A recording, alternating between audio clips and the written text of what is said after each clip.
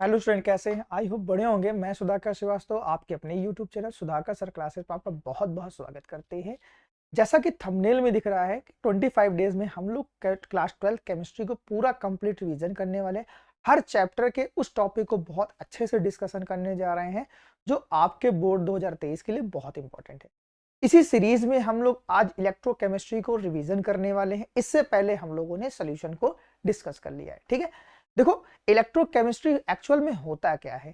ठीक है, चलो बहुत आसान भाषा में समझते हैं। इलेक्ट्रोकेमिस्ट्री केमिस्ट्री की वो ब्रांच है जहां पर हम बात करते हैं या रिलेशन की बात करते हैं किसके, केमिकल रिएक्शन एंड इलेक्ट्रिसिटी के। ठीक है, चलो बहुत अच्छे से समझते हैं। ठीक है, क्या मैंने बोला ना, केमिकल रिएक्शन ना, और क्या भैया, इलेक्ट्रिसिटी। क्या इसके बाद में इलेक्ट्रिसिटी। देखो कभी कभी केमिकल रिएक्शन के थ्रू हम लोग इलेक्ट्रिसिटी प्रोड्यूस करते हैं, कभी कभी इलेक्ट्रिसिटी के थ्रू हम क्या करते हैं, केमिकल रिएक्शन पॉसिबल करते हैं। ठीक है, चलो डिफिनेशन समझते हैं। कह रहा है electrochemistry is the branch of chemistry. Electrochemistry chemistry की वो ब्रांच है जहां पर हम डील करते हैं relationship between the chemical reaction and electricity. ठीक है, चलो फिर से समझते हैं डेफिनेशन को। इलेक्ट्रोकेमिस्ट्री केमिस्ट्री की वो ब्रांच है जहां पर हम बात करते हैं या डील करते हैं किसके, केमिकल रिएक्शन एंड इलेक्ट्रिसिटी के बारे में। ठीक, चलो नेक्स्ट टॉपिक देखते हैं ना। तो नेक्स्ट टॉपिक हमारा है भैया, वो नेक्स्ट टॉपिक आपका क्या है, गैल्वेनिक सेल ना, या फिर इलेक्ट्रोकेमिकल सेल। ठीक है, आसान भाषा में समझते हैं इलेक्ट्रोकेमिकल सेल होता क्या है या फिर गैल्वेनिक सेल क्या। गैल्वेनिक सेल या फिर इलेक्ट्रोकेमिकल सेल एक ऐसी डिवाइस होती है जिसमें हम इलेक्ट्रिकल एनर्जी को प्रोड्यूस करते हैं केमिकल रिएक्शन के थ्रू। ठीक है, फिर से समझते हैं। गैल्वेनिक सेल या फिर इलेक्ट्रोकेमिकल सेल एक ऐसी डिवाइस है जिसमें हम इलेक्ट्रिसिटी प्रोड्यूस करते हैं केमिकल रिएक्शन के थ्रू। ठीक है, देखो अब इसका कुछ स्ट्रक्चर बनेगा, उस स्ट्रक्चर से बहुत सारे क्वेश्चन बोर्ड में पूछे जाते हैं। ठीक है, चलो देखो हमने यहाँ पे क्या लिया, एक वेसल लिया। ठीक है, इसमें हमने इलेक्ट्रोड लगाया। ठीक है, ये ध्यान देना जिसका ही हम लोग इलेक्ट्रोड लगाएंगे। इलेक्ट्रोड का मतलब होता है एक मेटल रॉड जिससे इलेक्ट्रिसिटी कंडक्ट होती है। ठीक है, इलेक्ट्रोड। और इलेक्ट्रोलाइट्स वो सॉल्यूशन होते हैं जिनसे इलेक्ट्रिसिटी कंडक्ट होती है। ठीक है, चले अब देखो ये तुम्हारा क्या है, ध्यान रखना, ये हमने क्या लिया, कॉपर का इलेक्ट्रोड। ठीक, अगर हमने कॉपर का इलेक्ट्रोड लिया तो यहां पे हमको सॉल्ट सॉल्यूशन किसका लेना पड़ेगा, कॉपर का। और कॉपर का सॉल्ट सॉल्यूशन होता है CuSO4। ठीक है, ध्यान देना, अगर इसको हम आयोनाइज करेंगे या डिसोसिएट करेंगे तो Cu2+SO4 2- में ये डिसोसिएट हो जाएगा। क्लियर। अब देखो इसी तरीके से हमने क्या लिया है, यहाँ पे जिंक लिया है। ध्यान से एक चीज समझते हैं, देखो कॉपर भी 2+ होता है और जिंक भी 2+ होता है। ठीक है, लेकिन अगर पोटेंशियल की बात करें, ठीक है, अगर हम पोटेंशियल की बात करें तो कॉपर की पोटेंशियल क्या होती है, ज्यादा होती है किससे, कंपैरिजन टू जिंक। ठीक है, तो कॉपर का क्या होगा, यहां पे रिडक्शन होगा और जो Zn2+ है इसका ऑक्सीडेशन होगा। ठीक है, देखो यहां पे क्या हो रहा होगा, रिडक्शन।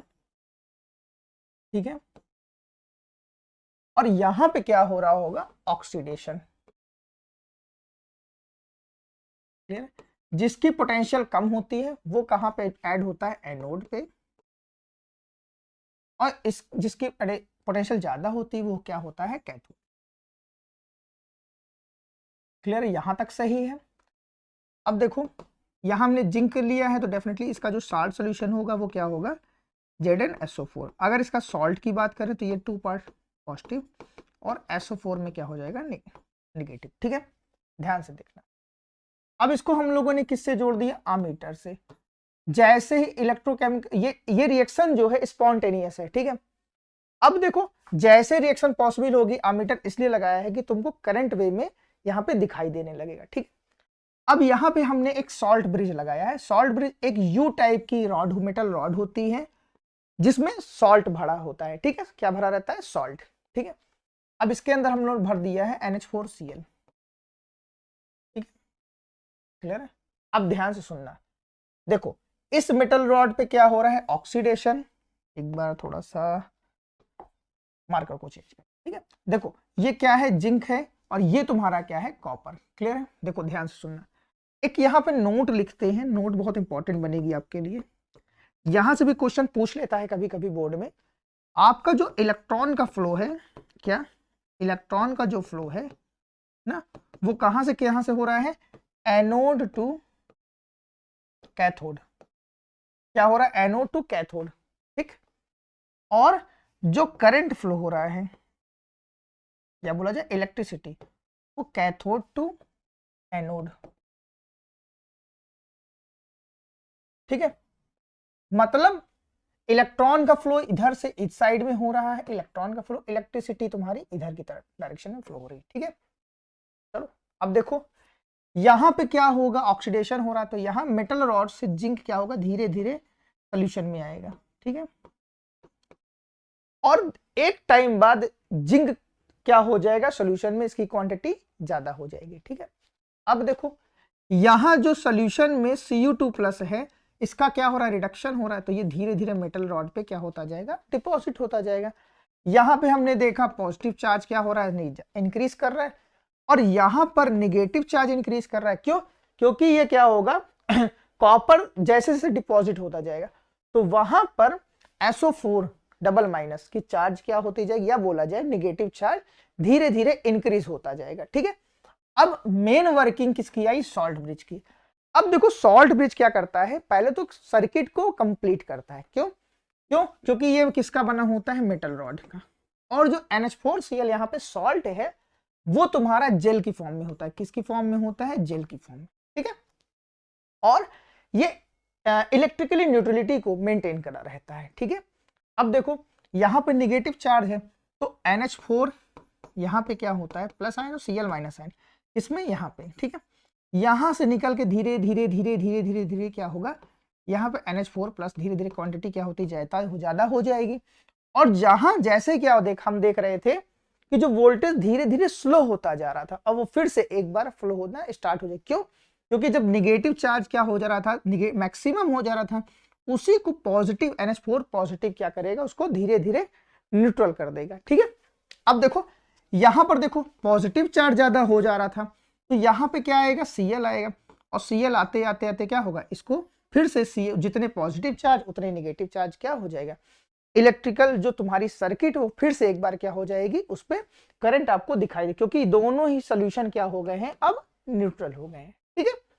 क्लियर है? आई होप आपको गैल्वेनिक सेल समझ में आया होगा, ठीक है। चलो हमारा यहाँ पे नेक्स्ट क्वेश्चन है, या फिर बोला जाए नेक्स्ट टॉपिक है ना, इंपॉर्टेंट टॉपिक बनता है, ठीक है। इलेक्ट्रोड पोटेंशियल या फिर स्टैंडर्ड इलेक्ट्रोड पोटेंशियल। तो समझते हैं बहुत आसान भाषा में, इलेक्ट्रोड की पोटेंशियल मींस जो मेटल रॉड है वो कितने इलेक्ट्रॉन डोनेट कर रहा है या एक्सेप्ट कर रहा है, वही उस इलेक्ट्रोड की पोटेंशियल कहलाएगी, ठीक है। देखो हमने क्या किया, एक मेटल रॉड ले लिया, ठीक है, क्लियर। हमने ये डिसाइड नहीं किया वो कैथोड है कि एनोड है, पहले चीज इस चीज को ध्यान रखिएगा, ठीक है। वो तो उसकी पोटेंशियल पे डिपेंड करेगा, ठीक है। अब देखो वो तुम्हारा क्या है, यहाँ पे से मेटल रॉड है और उसके आयंस है, ठीक है, आयंस है, वो कितने इलेक्ट्रॉन डोनेट कर रहा है, यही इलेक्ट्रोड कितने इलेक्ट्रॉन डोनेट कर रहा है या एक्सेप्ट कर रहा है, वही पोटेंशियल क्या कहलाएगी, इलेक्ट्रोड पोटेंशियल कहलाएगी। और यही इलेक्ट्रोड पोटेंशियल कब, जब स्टैंडर्ड कंडीशन पे होने लगे तो इसे कॉल्ड क्या, स्टैंडर्ड इलेक्ट्रोड पोटेंशियल, ठीक है। स्टैंडर्ड कंडीशन क्या है, स्टैंडर्ड कंडीशन है जो तुम्हारा टेम्परेचर होगा वो 298 के होगा, क्लियर है, या फिर बोला जाए 25 डिग्री सेल्सियस होगा, ठीक है। और जो कंसंट्रेशन होगा, जो कंसंट्रेशन है वो क्या होगा, 1 मोलर, ठीक है। ऐसी कंडीशन पे अगर इलेक्ट्रोड इलेक्ट्रॉन को डोनेट कर रहा है या एक्सेप्ट कर रहा है, इज कॉल्ड क्या, स्टैंडर्ड इलेक्ट्रोड पोटेंशियल। आइए चलते हैं डिफिनेशन पढ़ते हैं। कह रहा है the electrical potential difference setup, ठीक है, between the metal and its ions. देखो metal and its ions is called क्या, इलेक्ट्रोड पोटेंशियल, ठीक है। इलेक्ट्रॉन के मेटल रॉड के इलेक्ट्रॉन डोनेट करने की, एक्सेप्ट करने की पोटेंशियल को ही हम लोग इलेक्ट्रोड पोटेंशियल कहते हैं। ठीक है, कह रहा when a metal rod is suspended in its 1 molar ना solution and 298 K is called क्या, स्टैंडर्ड इलेक्ट्रोड पोटेंशियल। ठीक है, आई होप आपको electrode potential and standard electrode potential समझ में आया होगा। ठीक है, देखते हैं हमारा नेक्स्ट टॉपिक है क्या, स्टैंडर्ड हाइड्रोजन इलेक्ट्रोड पोटेंशियल। कहा जाता है standard hydrogen electrode potential electrochemistry का बैकबोन है। क्यों बैकबोन है, देखो अपने अभी तक पढ़ते हम लोग आए हैं ना, एक हाफ सेल लेते थे हम लोग x और एक हाफ सेल लेते थे y। ठीक है, ठीक है, उसमें कुछ इलेक्ट्रोड रहता था ना। अब इसको हम लोगों ने किससे कनेक्ट कर दिया, अमीटर से। ठीक है, किससे कनेक्ट कर दिया, अमीटर से। ठीक है, चले अब देखो सपोज करो यहाँ पे आपको यहाँ पे वोल्टेज दिखाई दे रहा है 1.1 वोल्ट। क्लियर है, अगर मैं आपसे पूछूं 1.1 वोल्ट में y का कितना पार्ट है, आप नहीं बता पाओगे, क्योंकि ये दोनों के कॉम्बिनेशन से जनरेट हो रहा है। 1.1 वोल्ट जो हो जनरेट हो रहा है वो किसके थ्रू हो रहा है, दोनों के कॉम्बिनेशन से जनरेट हो रहा है। ठीक है, वही अगर हम x को 0.00 ऐसा कोई भी अरेंजमेंट कर दें, कोई भी अरेंजमेंट कर दें ना, कि उसकी जो पोटेंशियल है किसकी, x की, वो अगर 0.00 शो होने लगे, ठीक है, तो अमीटर पे अगर सपोज करो आपको 1.1 वोल्ट दिखाई दे रहा है, तो वो किसकी पोटेंशियल है भाई, y की होगी। क्लियर है, सपोज करो, ध्यान से सुनो, एक मेरा फ्रेंड है और मैं उसके साथ जा रहा हूं घूमने के लिए, एक मेरे फ्रेंड के पास बिल्कुल भी पैसा नहीं, तो कौन पैसा शो करेगा, कौन पैसा खर्चा करेगा, भाई मैं ही तो करूंगा। क्लियर है कि नहीं, देखो इसकी पोटेंशियल कितनी है 0 और इसकी पोटेंशियल क्या हो रहा है 1.1 वोल्ट पोटेंशियल दिख रहा है। अगर पोटेंशियल दिख रहा है तो डेफिनेटली वो किसके थ्रू हो रहा होगा, y के थ्रू। इसी तरीके से स्टैंडर्ड हाइड्रोजन इलेक्ट्रोड पोटेंशियल भी वर्किंग करता है। ठीक, हम उसका ऐसा अरेंजमेंट करते हैं कि जो ऑल टेम्परेचर पे तो उसकी पोटेंशियल होती है, इलेक्ट्रोड पोटेंशियल, वो 0 हो जाती है। ठीक है, देखो अब इसका अरेंजमेंट करने चल रहे हैं। देखो हमने एक वेसल लिया, अब देखो यहाँ पे हमने क्या लगाया, ग्लास ट्यूब लगाया। ग्लास ट्यूब क्यों लगाया इस चीज को पहले समझते हैं। देखो अभी तक हम लोग क्या पढ़ रहे थे ना, कंटेनर ले रहे थे और कंटेनर लेने पे क्या लगा रहे थे, इलेक्ट्रोड लगा रहे थे। अगर इलेक्ट्रोड लगा रहे थे वहीं उसी से रिलेटेड साल्ट सोल्यूशन लेते नहीं, जैसे जिंक लेते थे तो यहाँ पे कौन सा यूज करते हैं, ZnSO4 यूज करते थे, नहीं करते थे, हाँ करते थे सर। ठीक है ना, अब देखो यहाँ पे हमको क्या करना है, हाइड्रोजन का इलेक्ट्रोड पोटेंशियल बनाना है। अगर हाइड्रोजन का इलेक्ट्रोड पोटेंशियल बना तो भाई हाइड्रोजन क्या होती है, गैस होती है, अगर आप उसका इलेक्ट्रोड बनाओगे तो वो फट से उड़ जाएगी। तो उसके लिए हमको एक क्या लगाना पड़ेगा, ग्लास ट्यूब लगाना पड़ेगा। ये क्या है, ग्लास ट्यूब। ठीक है, क्लियर, यहाँ पे हमने पीटी वायर लगाया है। ठीक है, और यहाँ पर हमने क्या लगा दिया है, पीटी इलेक्ट्रोड लगा दिया है। क्या लगाया भैया, पीटी इलेक्ट्रोड। पीटी इलेक्ट्रोड की वर्किंग क्या है, पीटी इलेक्ट्रोड क्या करता है, एक सरफेस प्रोवाइड करता है, या फिर ऑक्सीडेशन के लिए या फिर भाई रिडक्शन के लिए। क्लियर है, चलो अब देखो यहाँ पे हमने क्या कर दिया है, यहाँ पे जो हमने यहाँ पे हाइड्रोजन गैस को भेज रहे हैं कितने पे, 1 atm प्रेशर पे। क्लियर है, 1 atm प्रेशर पे भेज रहे हैं। अब देखो यहाँ पे हमने जो सोल्यूशन लिया हुआ है वो कौन सा लिया है, HCl। ठीक है, क्लियर है, चलो अब देखो यहाँ पे हमने प्लेटिनम को क्या कर दिया है, पाउडर फॉर्म में पेस्ट किया, पीसा हुआ है, और उसको यहाँ पे जो पोटेंशियल है, इस पीटी इलेक्ट्रोड को हम लोग बोलते हैं इनर्ट इलेक्ट्रोड। इनर्ट इलेक्ट्रोड क्या होता है, केमिकल रिएक्शन में पार्टिसिपेट नहीं करता है। ठीक है, बस उसको एक सरफेस प्रोवाइड करता है, या फिर ऑक्सीडेशन के लिए या फिर रिडक्शन के लिए। ठीक, अब देखो यहाँ से हाइड्रोजन गैस आई, ठीक है, और इस सरफेस पे जाके रुक गई। ठीक है, अगर इस सरफेस को हम लोग जूम करें, देखो ऐसे करके, ठीक है, ध्यान सुनना ना, और जब इस तरीके से क्या होगा, हम लोगों ने यहाँ पे क्या, ये सब क्या है, पीटी पाउडर है। ठीक है, ये क्या है, पीटी पाउडर है। क्लियर है, अब देखो इस पीटी पाउडर में ही जो गैस ऊपर से आ रही है वो कौन सी गैस आ रही है, हाइड्रोजन, वो क्या हो जाएगी, यहीं पे फिक्स हो जाएगी। अब जब इसको हम क्या करेंगे, इसी पीटी वायर को किसी अदर इलेक्ट्रोड से हम क्या कनेक्ट करेंगे, तो यहाँ 2 कंडीशन दिखाई देगी। ठीक है, वो 2 कंडीशन क्या दिखाएगी, एक रिडक्शन होगा, हाइड्रोजन का रिडक्शन भी हो सकता है। क्लियर है, तो अगर रिडक्शन होगा तो भाई 2H plus ion plus 2 electron gives, ये H2 में क्या हो जाएगा, कन्वर्ट हो जाएगा। अगर इसका क्या हो रहा होगा, ऑक्सीडेशन हो रहा होगा, क्या भाई इसका क्या हो रहा होगा, अगर ऑक्सीडेशन हो रहा होगा ना, तो यहाँ पे क्या होगा, H2 से ये क्या करेगा, H प्लस आयन में कन्वर्ट होगा, प्लस इलेक्ट्रॉन आ जाएगा, 2H plus ion plus 2 electron. हाँ या ना, क्लियर है, आई होप आपको समझ में आया होगा। स्टैंडर्ड हाइड्रोजन इलेक्ट्रोड पोटेंशियल में हम लोग जो इसकी पोटेंशियल होती है वो हमेशा कैसा अरेंजमेंट करते हैं, वो कैसा शो होने लगता है 0.00। अब इसको हम किसी से भी जोड़ेंगे, अगर हम इसको किसी से भी जोड़ेंगे तो डेफिनेटली वो जो पोटेंशियल दिखाई देगी वो किसकी दिखाई देगी, वो अदर मेटल की दिखाई देगी। और ऑक्सीडेशन होगा कि रिडक्शन होगा वो अदर मेटल पे डिपेंड करेगा। ठीक है, क्लियर है। आई होप आपको स्टैंडर्ड हाइड्रोजन इलेक्ट्रोड आपको समझ में आया होगा। स्टैंडर्ड हाइड्रोजन इलेक्ट्रोड का जो अदर नेम होता है वो NHE भी होता है। ठीक है, कभी कभी आपसे पूछ लेता है, NHE का मतलब ये होता है नॉर्मल हाइड्रोजन इलेक्ट्रोड। ठीक है, क्लियर। यहां से एक आध क्वेश्चन शायद आ सकता है। ठीक है, एक आध क्वेश्चन का मतलब ये है कि देखो भाई, यहां पर हाइड्रोजन गैस का ना हमने क्या बनाया, इलेक्ट्रोड बनाया है। किसके थ्रू बनाया है, ग्लास ट्यूब के थ्रू बनाया है। क्यों, क्योंकि ग्लास ट्यूब के थ्रू इसलिए बनाया क्योंकि हमको हाइड्रोजन का इलेक्ट्रोड बनाए, और हाइड्रोजन किस फॉर्म में होती है, गैस फॉर्म। गैस फॉर्म का तो इलेक्ट्रोड बना ही नहीं सकते हैं, विदाउट ग्लास ट्यूब आप इलेक्ट्रोड बना ही नहीं सकते हो। ठीक है, प्लेटिनम इलेक्ट्रोड इसलिए लगाया गया है, प्लेटिनम इलेक्ट्रोड इसलिए लगाया गया है भाई, क्यों, क्योंकि वो सरफेस प्रोवाइड करता है किसके लिए, या फिर ऑक्सीडेशन के लिए या फिर रिडक्शन के लिए। क्लियर है, चलें आगे। इसकी जो पोटेंशियल होती है वो कितनी होती है, 0,0। ठीक है, हमारा नेक्स्ट क्वेश्चन है, कह रहा है नस्ट इक्वेशन ना।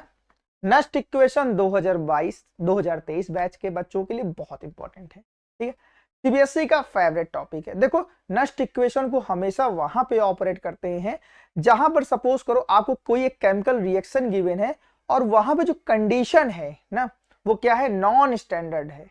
अगर नॉन स्टैंडर्ड है तो वहां पे आप क्या करोगे, नस्ट इक्वेशन को ऑपरेट करोगे और उस केमिकल रिएक्शन की पोटेंशियल आपको फाइंड हो जाएगी। ठीक है, कैसे, देखो स्टैंडर्ड कंडीशन होती क्या है, पहले ध्यान सुनना। स्टैंडर्ड कंडीशन होती है, टेम्परेचर क्या होता है भाई, टेम्परेचर 298 के होता है। हाँ सर, सही बात कह रहे हैं ना। प्रेशर क्या होता है ना, प्रेशर क्या होता है, 1 atm होता है। हाँ सर, ये भी होता है, हम लोगों ने पढ़ा हुआ है ना भाई। कंसंट्रेशन क्या होता है, वो क्या होता है, 1 मोलर। क्या होता है भाई, 1 मोलर।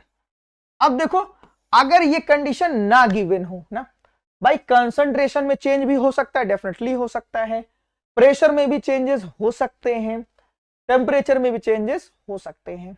आपको हमेशा ये फिक्स थोड़ी रहेगा, आपको कोई केमिकल रिएक्शन गिवन होगा वहां पे चेंजेस आएंगे। अगर चेंजेस आ रहे हैं, नॉन स्टैंडर्ड कंडीशन है, और नॉन स्टैंडर्ड अगर कंडीशन है तो यार नस्ट इक्वेशन को क्या करोगे, आप ऑपरेट करोगे। ठीक है, चलो इसकी डिफिनेशन समझते हैं। देखो क्या रहा है, कह रहा it gives the relation between the electrode, ठीक है, potential, temperature and concentration of metal ions. ठीक है, ये एक रिलेशन प्रोवाइड करता है ना temperature and concentration of metal ions के। ठीक है, देखो इसका एक इक्वेशन होता है नस्ट इक्वेशन का ना, ई सेल ना, सेल -2.303 RT ना NF ना log प्रोडक्ट अपॉन रिएक्टेंट। ठीक है, अगर हम इसको एक इक्वेशन कंसीडर कर लेते हैं, अगर उसका रिएक्शन पे प्रोडक्ट और रिएक्टेंट की वैल्यू रख देंगे। ठीक है, कैसे, देखो हमने एक इक्वेशन लिखी है, ठीक है, आई एम सॉरी। तो आपका यहां पे क्या है ना, यहां पर आपका प्रोडक्ट और रिएक्टेंट की वैल्यू पुट कर दे रहे हैं। ठीक है, देखो प्रोडक्ट क्या है आपका M ना अपॉन ना M। ठीक है, हाँ ये क्वेश्चन क्या है, सही है। अगर हम R की value, gas constant, temperature, F की वैल्यू क्या कर दे, पुट कर दे, तो एक हमको नया नस्ट इक्वेशन मिल जाता है जो हमेशा हम ऑपरेट करते हैं। ठीक, देखो ई सेल ना, यहां पे ई नॉट सेल की वैल्यू कैसे, ई कैथोड माने ई एनोड ना, देखो इसको लिख सकते हैं ई कैथोड माइनस ई एनोड, माइनस जब वैल्यू पुट करेंगे RT ना तो आएगा 0.059 अपॉन N ना, क्लियर है, लॉग ना प्रोडक्ट अपॉन रिएक्टेंट। ठीक है, ये इक्वेशन यार बहुत इंपॉर्टेंट है, आपकी ध्यान रखना, इसमें बहुत सारे न्यूमेरिकल्स यार प्रैक्टिस कर लेना, ठीक है। ये क्वेश्चन आपके लिए बहुत इंपॉर्टेंट बनेगा, ठीक है भाई। चलो चले आगे नेक्स्ट टॉपिक पे देखते हैं।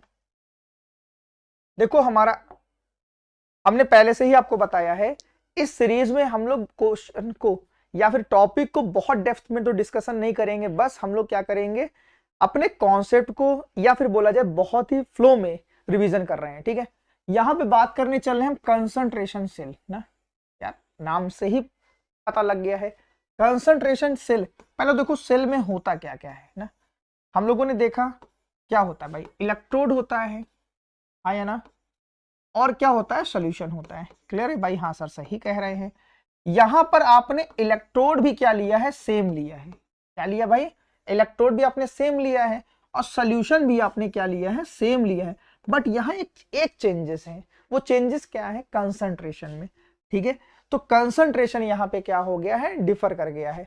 अगर कंसंट्रेशन डिफर गया है तभी ये कंसंट्रेशन सेल क्या है, पॉसिबल है, ठीक है। अगर कंसंट्रेशन सेम हो जाएगा तो कंसंट्रेशन सेल आपका पॉसिबल होगा ही नहीं, ठीक है। वो पूरी तरीके से डिपेंड करता है किस पे भाई, आपके कंसंट्रेशन पे। उन दोनों का ही कंसंट्रेशन, दोनों ही सॉल्यूशन का कंसंट्रेशन क्या होना चाहिए, डिफरेंट होना चाहिए, ठीक है। चलो इसके लिए भी एक इक्वेशन लिखते हैं। क्लियर है, Cu ना, CuSO4 इक्वस, जिसका कंसंट्रेशन है क्या 1, फिर क्या है CuSO4, ठीक है, इक्वस जिसका कंसंट्रेशन C2 क्या है, आयन। अब देखो आपने क्या किया, नेक्स्ट इक्वेशन आप जान ही रहे हो, अगर नेक्स्ट यहाँ पे दोनों ही इलेक्ट्रोड क्या है, सेम हो गए, तो यहाँ पे कंसंट्रेशन के लिए इक्वेशन निकल के आएगा, ई सेल ना, जो ई नॉट सेल था वो तो यार 0 हो गया ना, तो क्या आएगा -2.303 ना RT NF log ना C2/C1, ठीक है।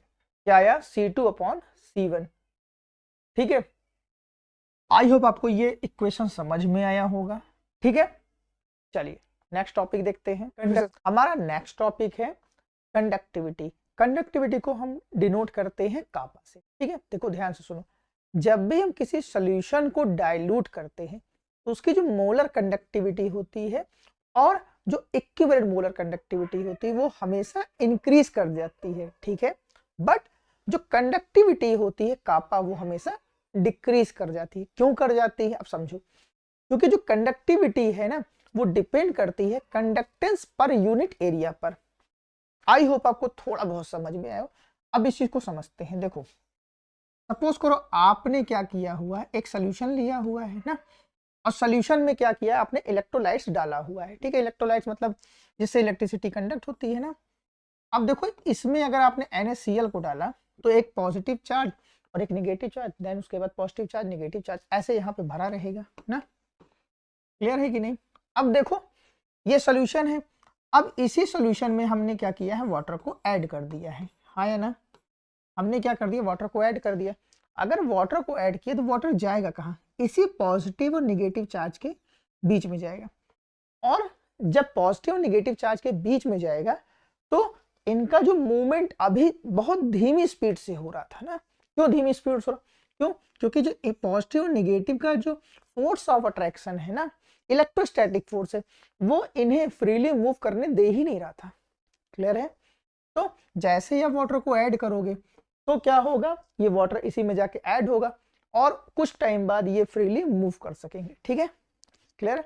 इसी वजह से मोलर कंडक्टिविटी हमेशा इसकी इंक्रीज कर जाती, लेकिन जो कंडक्टिविटी होती है डिक्रीज कर जाती है। क्यों डिक्रीज कर जाती है, देखो सपोज करो आपने यहाँ पे वाटर लिया है ना, अब आपने इतने पर यूनिट एरिया में आपने देखा तो यहाँ देखो एक पॉजिटिव चार्ज, 2 चार्ज, 3 चार्ज, 5 6 7, यहाँ पे टोटल नंबर ऑफ चार्ज कितने हैं, टोटल नंबर ऑफ चार्ज कितने हैं भैया, 7 है, ठीक है। अब इसी में आपने बहुत सारे वाटर डाल दिया ना, बहुत सारे वाटर डाला और एक बड़ा कंटेनर मतलब इसी में से वाटर फिल कर दिया। तो ये जो चार्ज है, चार्ज ऐसा थोड़ी है कि इंक्रीज कर जाएगा, नहीं करेगा, लेकिन वही चार्ज का जो एक्सपेंशन है वो क्या हो जाएगा, इंक्रीज कर जाएगा। जब एक्सपेंशन इंक्रीज कर जाएगा विथ वाटर के साथ, तो जब आप पर यूनिट एरिया निकालोगे तो जो उसका चार्ज की क्वांटिटी है वो हमेशा क्या कर जाएगी, डिक्रीज कर जाएगी। ठीक है, इसीलिए मैंने आपको बताया जो कंडक्टिविटी होती है वो कंडक्टेंस पर यूनिट एरिया पर डिपेंड करती है। ठीक है, और जब डाइल्यूट करते हैं सब्सटेंस को या फिर किसी इलेक्ट्रोलाइट्स को तो वो हमेशा डिक्रीज कर जाती है। ठीक है, अब देखो इसको डिफरेंशिएशन समझते हैं। हाँ चलो, कंडक्टिविटी को डिनोट करते हैं किससे, कापा से। ठीक है, देखो it is the inverse of the resistivity, ये रेजिस्टिविटी का क्या होता है, इनवर्स होता है।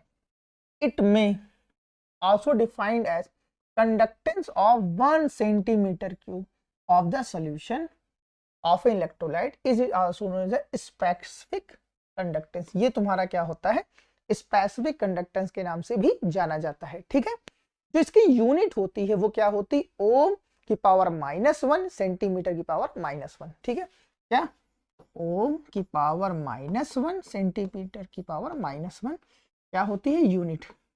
ठीक है, क्लियर है, चले आगे। लेकिन जो इसका जो फॉर्मूला होता है K = 1/ρ। ठीक है, क्लियर है, चले आगे। अब देखो आप कापा को क्या लिख सकते हो भाई, देखो क्या लिख सकते हो कापा को, तो कापा का यहाँ फॉर्मूला क्या है, 1/ρ L/A। ठीक है, L क्या है, लेंथ है, A क्या है, तुम्हारा एरिया है। ठीक है, आज तो आपको कंडक्टिविटी समझ में आई होगी। ठीक है, चलो नेक्स्ट देखते हैं।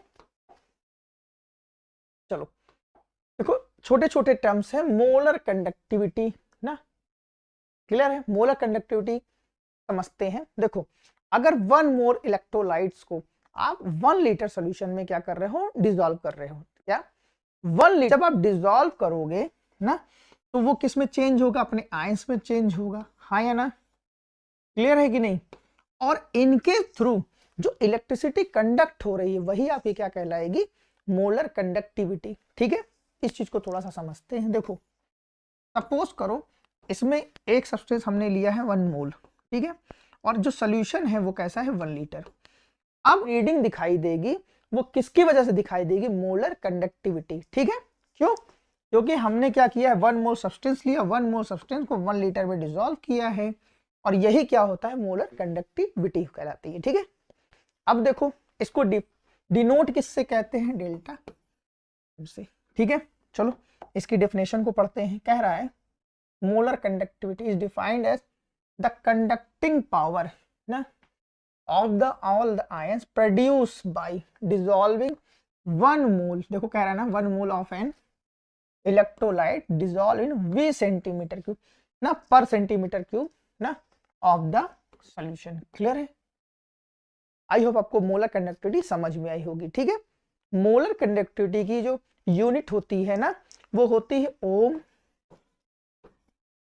ठीक है, सेंटीमीटर स्क्वायर। ठीक है, वो क्या है इसकी भाई, यूनिट। क्लियर है, चले आगे। लेकिन जो उसका फॉर्मूला होता है वो होता है कापा × 1000/m। ठीक है, क्या होता है, m। m क्या है, मोलरिटी, और मोलरिटी में वो डिफरेंस होता है, तो ये क्या है, MOLA RITY। ठीक है, RITY लिख दे रहे हैं,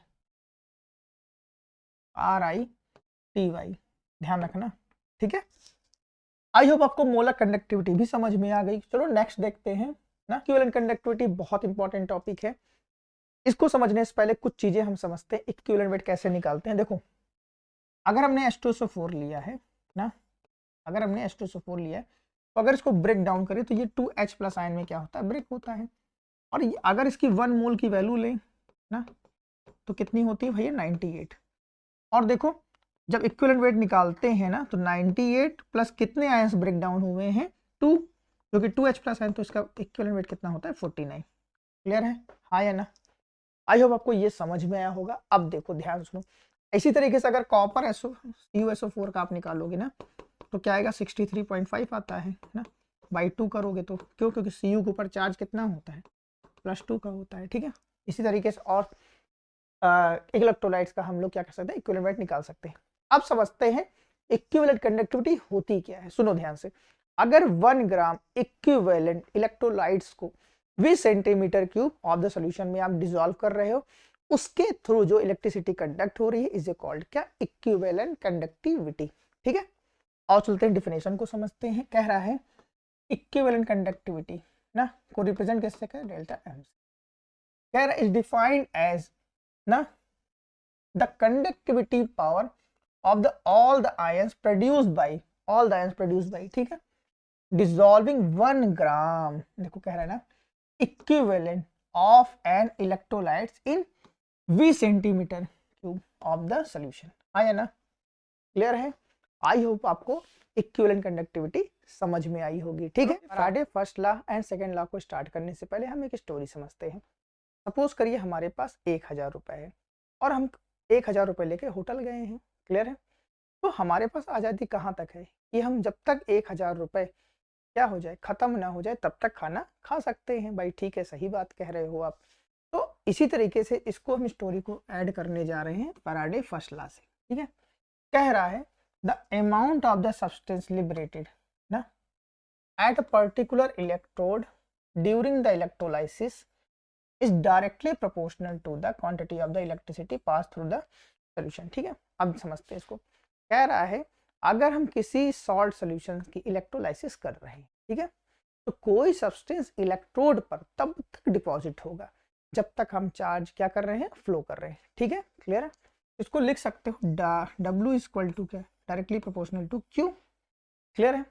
अब देखो Q क्या होता है, Q को लिख सकते हो डिपेंड करता है I इंटू टी पे। हाँ या ना, ठीक है, पुट करो क्या है आई एंड टी, क्लियर है। अब डब्लू ये सिंबल हटाओगे क्या, directly proportional Z I T. हाँ या ना, क्लियर है। अब देखो जेड क्या है, इलेक्ट्रोकेमिकल इक्विवेलेंट है कि जेड क्या है, इलेक्ट्रोकेमिकल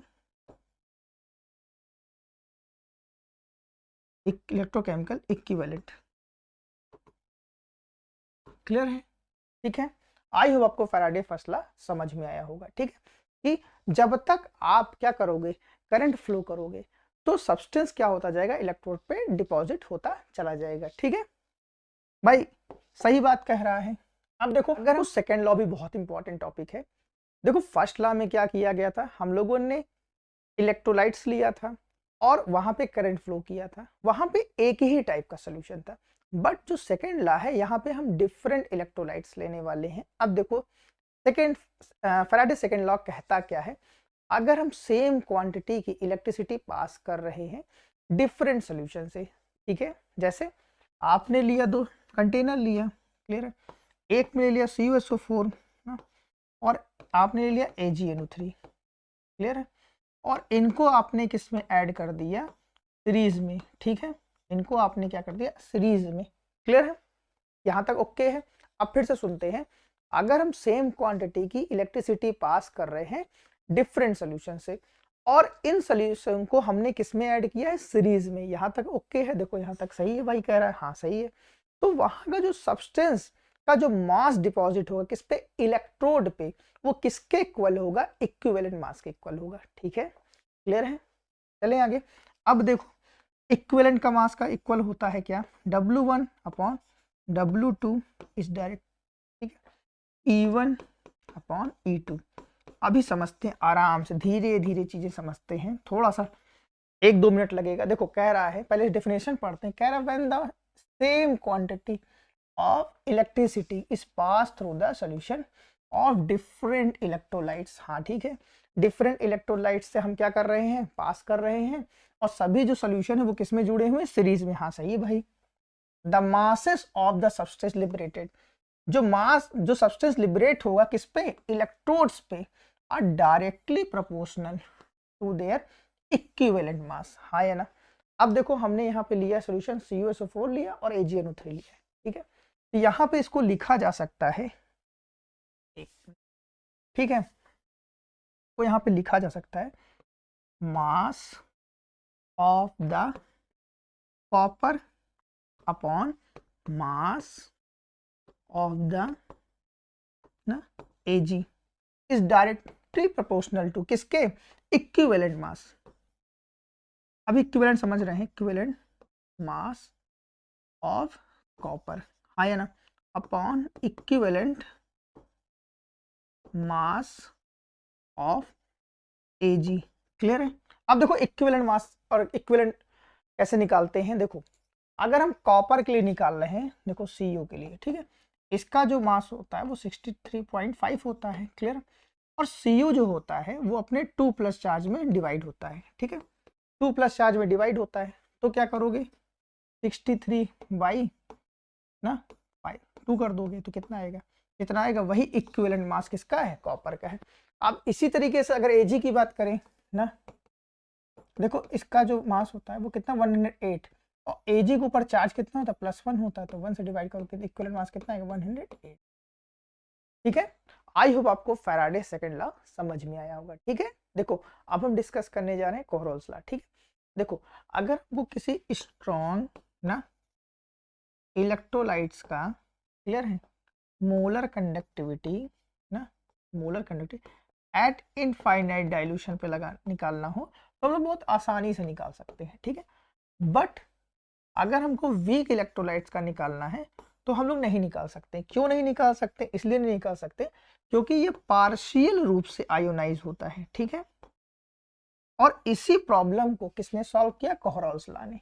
ठीक है, अब इस लॉ को समझते, इन्होंने क्या लॉ दिया था, इन्होंने ये बताया कि molar conductivity at the infinite dilution, किसके लिए, वीक इलेक्ट्रोलाइट्स के लिए, अगर हमको निकालना है तो हम उसके कट आयन और एनायन का सम कर दें। तो सर इसमें कौन सी बड़ी बात है, देखो अब इस चीज को समझते हैं। देखो जो चीज क्या हो रहा है, कंप्लीट वे में डिसॉल्व ही नहीं हो रहा है, तो उसका कैसे आप निकालोगे इनफाइनाइट डाइल्यूशन पे। क्लियर है कि नहीं भाई। देखो इसकी पहले डेफिनेशन समझते हैं, क्या ये यही कह रहा है, आओ देखते हैं। The molar conductivity at infinite dilution of the electrolytes ना is equal to the sum of the whole conductance term multiplied by the number of the respective ion. उसके रिस्पेक्टिव आयन कौन होंगे ना, वो होंगे तुम्हारे कैट आयन और वो तुम्हारे क्या होंगे, एनायन। ठीक है, क्लियर है। इसको लिख सकते हैं delta M infinite dilution equal to क्या ना, कैट आयन प्लस ना एनायन, ये इसका क्या है फॉर्मूला। क्लियर है, चले आगे। अब देखो कुछ क्वेश्चन लेते हैं, इस क्वेश्चन को पहले समझाते हैं। क्वेश्चन कहता क्या है, अब सपोज करिए आपको CH3COOH का क्या करना है, molar conductance eight infinite dilution पे निकालना है। क्लियर है ना। अब देखो, और ये तुम्हारा क्या है, एक तरीके का वीक इलेक्ट्रोलाइट्स है। ठीक है, अब देखो वीक इलेक्ट्रोलाइट्स है तो हम क्या करेंगे, देखो इसको डिसोसिएट करो बहुत आराम से। देखो CH3COO minus ion plus infinite dilution पे, ठीक है, इनफाइनाइट डाइल्यूशन पे H प्लस आयन, हाँ या ना। अब हम ऐसा कोई केमिकल यूज करें या फिर इलेक्ट्रोलाइट्स ले लें जिसमें CH3, और वो स्ट्रॉन्ग होना चाहिए, CH3COO माइनस आयन भी प्रेजेंट हो और हमको H प्लस आयन भी प्रेजेंट हो। ठीक है, अब देखो इसके लिए हमको क्या पता है स्ट्रॉन्ग इलेक्ट्रोलाइट्स कौन होते हैं। देखो इसके लिए हम क्या करेंगे, देखो क्या करेंगे इसके लिए CH3COONA ना, ये तुम्हारा क्या है, स्ट्रॉन्ग इलेक्ट्रोलाइट्स है। ठीक है, प्लस क्या करेंगे, देखो ये क्या आ गया, HCl आ गया। देखो यहां से आपको मिल के आ गया, अगर देखा जाए ध्यान से, यहां से आपको मिल जाएगा क्या, देखो CH3 ना COO माइनस आयन मिल गया, हाँ या ना। ठीक है, यहां से क्या मिल जाएगा, H प्लस आयन। ठीक है, देखो एडिशनल क्या है, NaCl, हाँ या ना। तो माइनस आप क्या करोगे, NaCl को सब्सट्रैक्ट कर दोगे। देखो ध्यान से सुनो, जो इसका कंडक्टेंस है एट इनफाइनाइट डाइल्यूशन पे स्ट्रॉन्ग इलेक्ट्रोलाइट, वही सेम कंडक्टेंस क्या होगा वीक इलेक्ट्रोलाइट्स पे। ठीक है, इसीलिए हमने क्या किया है, जो वीक इलेक्ट्रोलाइट्स है उससे उसके करस्पॉन्डिंग हमने क्या लिया है, स्ट्रॉन्ग इलेक्ट्रोलाइट्स लिया है, ठीक है, उसी का करस्पॉन्डिंग, और जो एडिशनल है उसको हमने क्या कर दिया, सब्सट्रैक्ट कर दिया है। इससे हम लोगों ने वीक इलेक्ट्रोलाइट्स का molar conductance eight infinite dilution में निकाल दिया है, ठीक है। आई होप आपको वीडियो अच्छा लगा तो वीडियो को लाइक करिए, चैनल को सब्सक्राइब करिए। Thank you.